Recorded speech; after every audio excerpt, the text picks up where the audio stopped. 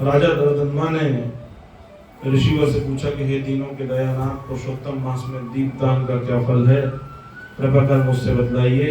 श्री नारायण बोले कि राजा दरदम्बा के इस प्रकार के प्रश्न से अत्यंत हर्षित होकर मुनियों में अग्रगण्य महर्षि वाल्मीकि बोलते हैं कि राजा दरदम्बा से बोलते हैं कि हे राजाओं में सिंह के समान पराक्रमी, पापों को नाश करने वाले व्याख्यान को सुनिए, जिससे सुनने से 5 प्रकार के महापातक नष्ट हो जाते हैं। सौभाग्य नगर में चित्रबाहु नाम के विख्यात राजा थे। वह सत्यवती, अतुलित पराक्रमी, अद्वितीय राजा थे। वे क्षमा परायण, समस्त धर्मों के ज्ञाता, शील, सौंदर्य, करुणा के भंडार, ब्राह्मणों के भक्त, भगवान के भक्तों की कथा सुनने के लिए सदैव निरंतर उद्यत रहते थे।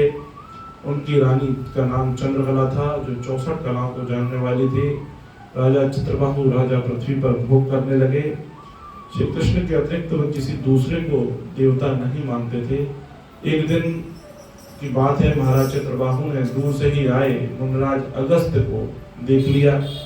जैसे ही अगस्त्य मुनि पधारे हैं, राजा ने पृथ्वी पर लेटकर दंडवत प्रणाम किया है, भक्तिभाव से आसन प्रदान करके मुनिवर का पूजन किया है, यथा योग्य उनका सम्मान किया है। राजा ने कहा कि आज मेरा जन्म लेना सफल हो गया प्रभु, आपके दर्शन हो गए, आज मेरा महल शुद्ध हो गया है।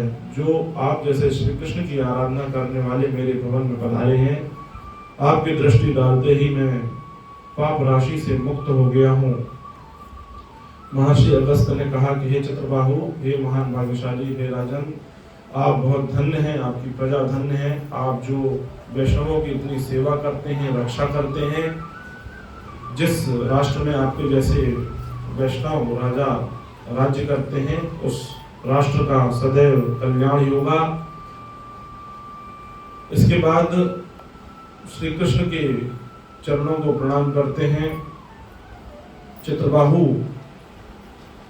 फिर श्री नारायण भगवान कहते हैं कि महर्षि अगस्त्य ने राजा चित्रबाहु को एक कथा सुनाई। राजा चित्रबाहु ने प्रश्न किया था कि मुझे किस तरह से यह सुख समृद्धि प्रजा यह सब प्राप्त हुई है। तब अगस्त्य मुनि ने कहा कि राजा चित्रबाहु, तुम्हारी पत्नी जो है वह बहुत ही अत्यंत भक्ति भाव से सराबोर रहने वाली है। और अगस्त्य मुनि ने कहा कि हे कल्याणी, आपका सुहाग सदैव बना रहे, आप भगवान श्री कृष्ण की प्रीति में ऐसे ही उद्यत रहें। उसके बाद चित्रबाहु के प्रश्न का उत्तर देते हुए बोले, क्योंकि चित्रबाहु ने प्रश्न किया कि प्रभु, मुझे ऐसी विपुल संपत्ति, इतनी पतिव्रता पत्नी कैसे प्राप्त हुई है, तब और मैंने कौन सा ऐसा पुण्य किया है, कृपया मुझे इनका उत्तर दीजिए। तब भगवान अगस्त्य मुनि बोले, हे चित्रबाहु, इस प्रकार के प्रश्न करने पर तुम बहुत एकाग्र चित्त होकर सुनो। राजकुल चूड़ामणि चित्रबाहु से अगस्त्य मुनि बोले कि महाराज, मैं आपके पूर्व जन्म का एक वृत्तांत बतलाता हूँ। रमणी चमत्कारपुर नगर में आप एक मणिग्रीव के नाम से उत्पन्न हुए, जो एक छोटी जाति में आपका जन्म हुआ। वहां पर आप जीव हिंसा करते रहते थे। आपको ईश्वर और वेदों पर बिल्कुल भी विश्वास नहीं था। आपका आचरण बहुत दूषित था। हिंसा करना, जीवों को मारना, पराई नारियों का अपहरण करना, आप केवल लोगों से विश्वासघात करते थे। आपका स्वभाव अत्यंत क्रूर और उद्दंडित हो गया था। आपने भारतीय शिष्टाचार की पद्धति बिल्कुल त्याग दी थी। यह जो आपकी रानी है, उस जन्म में भी आपकी भार्या रही है। वह मनसा वाचा कर्मणा से आपकी सेवा में सदैव संलग्न रहती थी। इस महाभाग्यशाली पतिव्रता भारतीय नारी मनुष्यनी ने कभी भी आपके प्रति दुर्भावना नहीं रखी है। आपके चोरी, डकैती, खून आदि पाप कर्मों के कारण आपकी जाति वालों ने आपको अपने समाज से निकाल दिया, परित्याग कर दिया। कुपित होकर शासक ने भी आपके जो हीरे मोती, आपका जो भी धन संपदा थी, वह सब छुड़ा ली। इसके अतिरिक्त आपके पास कुछ भी नहीं बचा। जाति भाइयों ने भी जो बचा कुचा था वह सब हड़प लिया और आपको भगा दिया, अपमानित करके आपको अपने घर से बाहर कर दिया। इस अपमान को सहकर आप जंगल की ओर चले गए, परंतु आपकी पतिव्रता नारी आपके पीछे पीछे आई और सदैव आपके साथ में रही। वहां अपने पशुओं को मारकर अपना जीवन का यापन करना प्रारंभ कर दिया। एक समय की बात है, आप शिकार करने गए, हाथ में धनुष लेकर बहुत से सर्पों और हरितों से भरे हुए जंगल में आप चले गए। उस सुनसान जंगल में बीचों बीच उग्रदेव नाम के एक महामुनि दिशा भ्रम हो जाने से भटक रहे थे और प्यास से व्याकुल हो रहे थे। दोपहर का समय था, सूर्य नारायण बहुत उग्र रूप में थे। प्यास से व्याकुल होने के कारण वह जमीन पर मरणासन हालत में गिर पड़े। दुखित ब्राह्मणों को देखकर आपको बहुत दया आ गई, आप उन्हें गोद में उठाकर अपनी कुटिया ले आए। उस दुखित ब्राह्मण को आप दोनों युगल दंपत्ति ने बहुत प्रेम पूर्वक सेवा की है। एक मुहूर्त के बाद महायोगी उग्रदेव में चैतन्यता आई, आश्चर्य करने लगे कि मैं यहाँ कैसे आया हूँ, इस वन में कौन मुझे यहाँ ले आया। तो नारायण बोले कि मणिग्रीव ने उस ब्राह्मण से कहा कि मैं आपको यहाँ लाया हूँ, आइए, यहाँ बहुत सुंदर तालाब है, पहले आप स्नान ध्यान कर लें। उसके बाद महाराज को लेकर, ब्राह्मण देवता को लेकर मणिग्रीव स्नान कराने ले गया। वहां पर शीतल जल में स्नान करके मध्याह्न क्रिया करने के बाद आप फलाहार करिए, आप सब पूर्वक यहाँ से रहे, आप मेरे संरक्षण में रहिए। हे श्रेष्ठ मुनि, आप उठिए, आप कृपा करके मेरे साथ चलें। अगस्त मुनि ने कहा। उस समय उग्रदेव ब्राह्मण पूरे चैतन्य हो गए, सारे शरीर की थकावट उनकी उतर गई। मणिग्रीव की बात सुनकर वह उन्हीं के सहारे तालाब के किनारे पहुंचे।